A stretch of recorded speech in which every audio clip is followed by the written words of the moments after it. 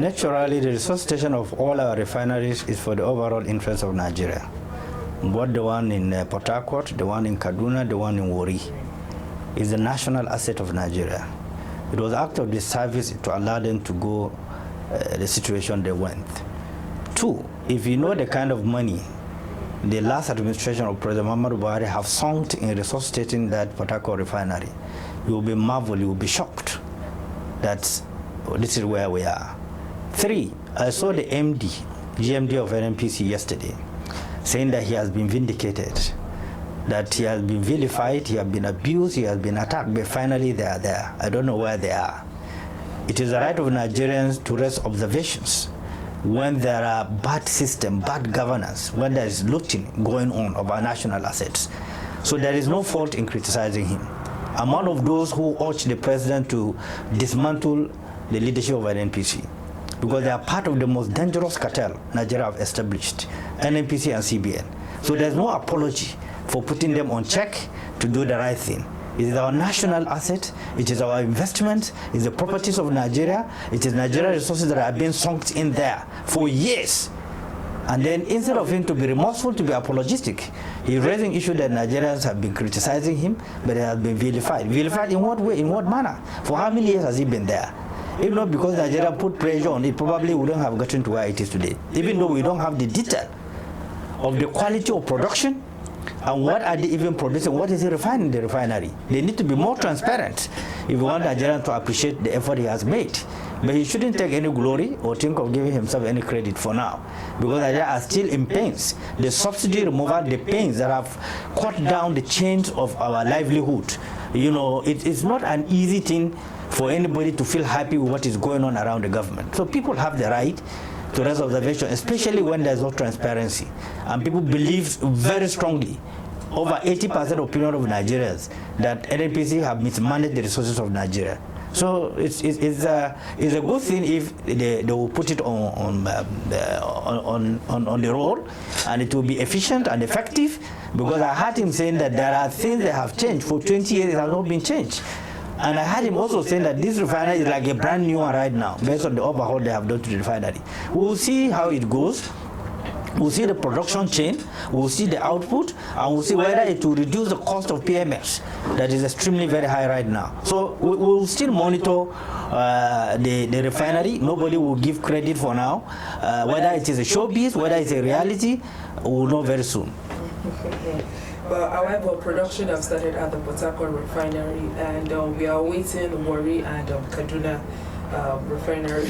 I don't know about Kaduna. Kaduna, even if they resuscitate the refinery, what are the pipes that are going to supply the crude? From intelligence available, virtually all the pipes have been vandalized. So what do you do? How will you supply the crude to the refinery? These are facts that they ought to have come out and tell Nigerians these are the difficult situations that we are in. And then you cannot even manage your own assets. The assets of Nigerians entrusted in your hands are being vandalized. And you want to take credit for leadership. It doesn't make sense. That's what leadership is all about. All right, so you made mention of transparency. And that brings me to the next question of the electricity megawatt, 14,000 electricity megawatt that Nigeria is eyeing right now from hydro. They said the federal government says Nigeria is has enough water to generate 14,000 megawatts of electricity. We've been going back and forth with the electricity megawatt, and with the national grid being collapsed so many times in this year. What's your strong opinion on this? I think it's a pure drama. Are they just discovering that we have sufficient water to generate electricity? Are they just discovering? Look at the one in Taraba. I don't know if you have investigated the quantum of money that have been invested and the megawatt that place would have generated. The one in Niger State. What is the expansion stage? Go and check it. I've been there before. I know what it is. Most of the equipment are almost obsolete. So who is deceiving who? Unless we make it as a deliberate policy to produce turbines that are gas driven to generate electricity, Some part will go into solar production, you know, to energize some of the economic sectors, the textile industries, and so on and so forth. Otherwise, it's a big joke. The whole developed countries and even developing ones are diversifying from the old method of generating electricity to a modern way of generating electricity. And I cannot understand why Nigeria cannot move from those primitive way of generating electricity to modern way of generating electricity. Most of the vehicles that you see now that are coming on board are solar driven. So why are we not going towards that in order to enhance the efficiency of our economy? We cannot meet up that target. Go and take the statistics. How much President Obasanjo have injected into the energy sector? Go and take the statistics. Take the one Yaradua started driving vigorously. Take the one Jonathan have invested. Then take the one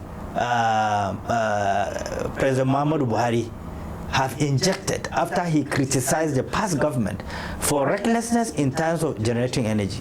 I could remember the former governor of Lagos, Fashola, said that in 6 months they can generate electricity all over Nigeria 24 hours. He thought Nigeria was Lagos.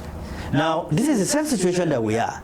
So much money is being injected into the same energy sector with no result. We are just having interview. I was complaining to you, the light went off. We didn't have this light more than 4 hours. And this is the commercial center of Abuja. This is the commercial center of Abuja. We say, not more than 4 hours. We got this light was taken off. We're having this interview. And now the military have the audacity to charge citizens ban A or ban B, which is a breach of the Constitution, because it's discrimination. When you said these particulars are in ban A, these are in ban B, is a breach of the law. But because you don't have a National Assembly that is proactive in protecting the right of citizens of Nigeria, everything goes. Ministers goes with impunity. Government goes with impunity. The National Assembly have excessive power to checkmate the excesses and the wrong policies of the executive. But such is not going. I'm sorry, but this is a recycling way of things and taking the mindset of Nigerians away from the facts. And unless Nigerians stood very firmly to challenge some of these draconian decisions, we will remain like this. Unless the younger generations develop the courage, the sagacity to checkmate the excesses of government, we will remain like this. And then, of course, our children and our grandchildren will not forgive us for not picking up the challenge to change the status quo that is going on. All right, I want you to use your voice on the call to action of what should be done differently in the nation. Well, we need to be transparent, we need to be honest, we need to have honest assessment of all the sectors of our economy. There's no need for us to deceive ourselves. There's no need for the president to be afraid of telling the nation what he inherited in the agricultural sector and what he needs to do about it. There's no need the president to shine away to tell Nigeria what he inherited from the health sector and what we need to do about it. There's no need for the president to shine away from telling Nigerians what we inherited in the agricultural policy that have taken down our agricultural production down. We cannot even feed our citizens right now. We are looking for extra means of feeding our citizens. Why we used to feed not just Nigeria, African country. This is a big shame. Now, unless you overhaul the basic fundamentals that drive the economy, and you came up with realistic ideas that are practicable, not theory, not elitist, how to drive it, how to change it, how to navigate through, how to rejiggle it, we will continue to go along this way. And unless fundamentally the federal government developed deliberate budget that have to do with skill acquisition and do away with this elitist budget mentality, year in, year out has been elitist mentality of our budget. Unless we do that, there is no way anything can change. If President Bola Ahmed can spend 20 years in governance with this kind of policy, there is nothing that can change. Nothing. Because we run away from reality. We are chasing shadow. We are doing cosmetic business of running the government. We are doing a showbiz in driving the government. And unfortunately, the citizens are detached from the government, because the government have lied over virtually everything.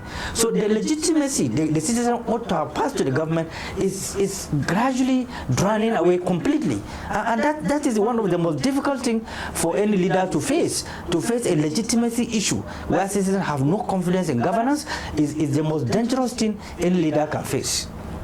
Thank you very much, sir.